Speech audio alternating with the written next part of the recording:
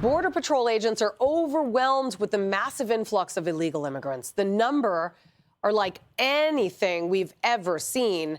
Border Patrol saying they have encountered 12,000 illegal immigrants on the southern border. That's on Tuesday alone. That's the highest daily total ever. Senator Lindsey Graham with this message for President Biden.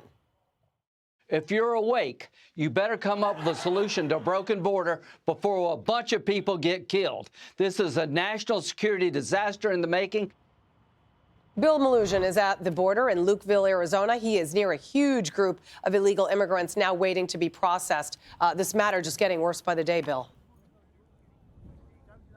It is, Julie, and CBP sources tell me in the last 24 hours alone, there have been just short of 10,000 migrant encounters here at our southern border, more than 3,000 of those happening right here in this Tucson, Arizona sector. We'll show you the situation here in Lukeville, Arizona, middle of nowhere, southern Arizona desert, 2 hours to the closest major city, where people continue to cross here illegally from all over the world. You can see the demographics here. All these guys, adult men, a lot from African countries. We talked to guys who came in from Mauritania, Morocco, Liberia, India, Syria, all over the place. Many of them telling us they first flew into South America, then traveled through a big handful of countries to get into Mexico, then went right through Mexico to the border here with the U.S., where they've crossed illegally, and they are expecting to be released into the United States and all have cities where they would like to go. We'll show you what it looked like earlier this morning. Take a look at this. Before the sun came up, we were shooting this video. It gets cold out here, so these migrants start campfires all over the place in an effort to stay warm. They'll go into the desert and pull brush out, light it up. They'll find trash, basically anything they can find to stay warm out here, because it does get pretty chilly. And some of these guys have been camping out here for several days waiting for Border Patrol to process them. We talk about the nonstop flow here. Take a look at this video we shot late yesterday afternoon. There was another breach in the border wall, and you'll see masses of hundreds of people crossing illegally and then walking down the dirt path on this border wall right to where I'm standing giving you this live shot. Border Patrol is overwhelmed. They're trying to process people out of here as fast as they can, but it's hard because there is a never-ending supply of people coming through the border wall and crossing here illegally. We've had a chance to talk to a lot of the guys out here. Almost all of them have said they are not seeking asylum. They're here for opportunity, for work in the United States, or they want to link up with their family, and they all have cities they're planning to go to here. Take a listen. Where in the United States do you want to go? Detroit. California. New York City. Nueva York. New York City. I have family members there. Miami. ¿Y a dónde vas en los Estados Unidos? ¿Qué ciudad? Omaha. Omaha, Nebraska. Miami. Puma. Oklahoma? Igual. Sur Carolina. Español? Okay. And back out here live, you can see some of these guys down here. ¿De dónde son? Ecuador. ¿Y a dónde vas en los Estados Unidos? New York, New Jersey, ¿dónde? Chicago. All right, so you hear there, just a few blue cities right there. They're saying it's very cold. They don't have anything to cover their faces. A lot of them have been asking us for food. So you hear it right there, guys. All these migrants have different cities in the U.S. they'd like to go to. We hear a lot of those sanctuary cities, New York City and Chicago. We'll send it back to you. Well, all right, Bill Melugin, thank you very much. Republican Senator Joni Ernst of Iowa, members of the Armed Services Committee, and a U.S. Army combat veteran joins me now. I want to talk to you about, the issue, first of all, at the border. The migrant crossing, obviously is surging to historic levels. 12,000 illegal immigrants crossing the border on Tuesday alone. What does that tell you?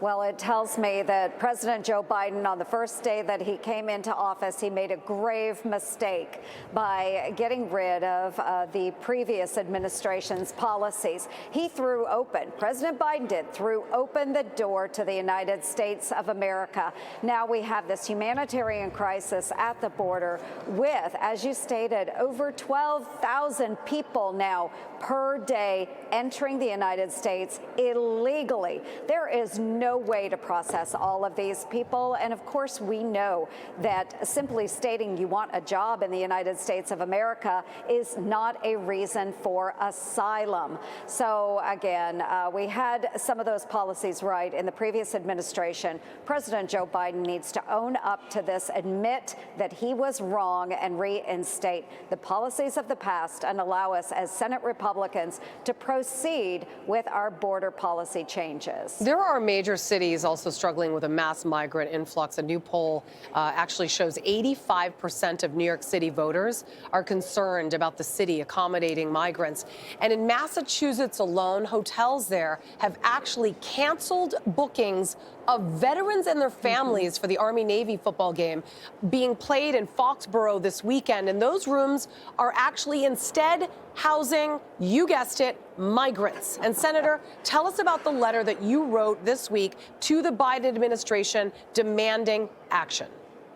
Yes, these border patrol, the border policies that Biden has in place, which allowed all of these migrants to come into the United States, has now created an issue even this weekend at America's game, which is the Army-Navy game.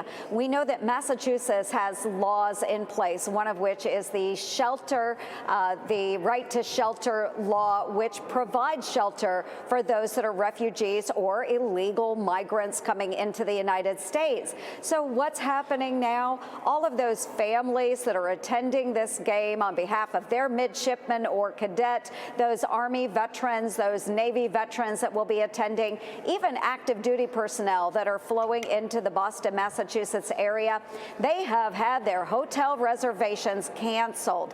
Why?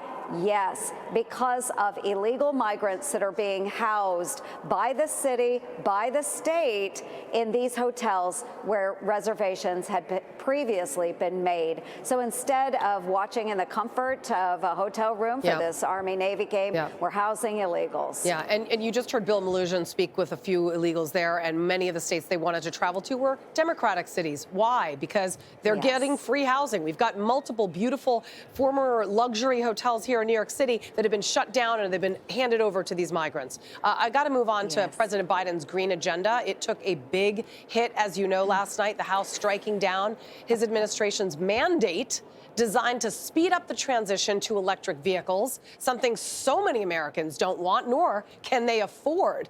It wasn't just Republicans, though, who voted against Biden's EV push. 5 Democrats crossed the aisle to vote down the regulations. One Republican congressman with this. The issue here is people are not choosing EVs yet.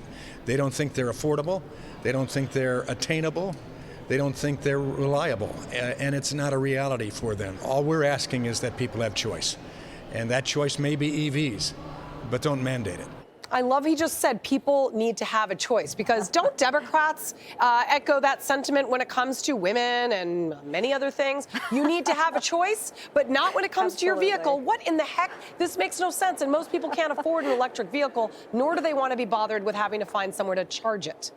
No, I am right there with you. I think it is absolutely ridiculous that this administration has been pushing electric vehicles on the American people. If you go to my home county of Montgomery County in southwest Iowa, really rural area, no, EVs are not reliable. There is nowhere to charge them. You can't drive to a city without needing a charge. And of course, the cost, it is more than most families of 4 in my hometown make in a year. So, of course, we are pushing back on the EV mandate, and I'm glad to see House Republicans take up that charge.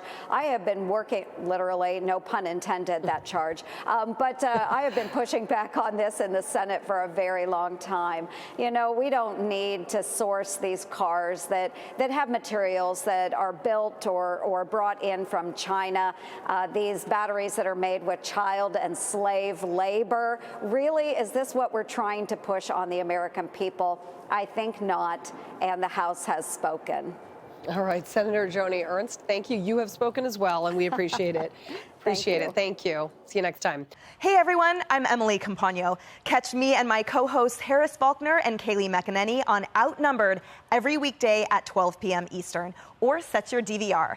Also, don't forget to subscribe to the Fox News YouTube page for daily highlights.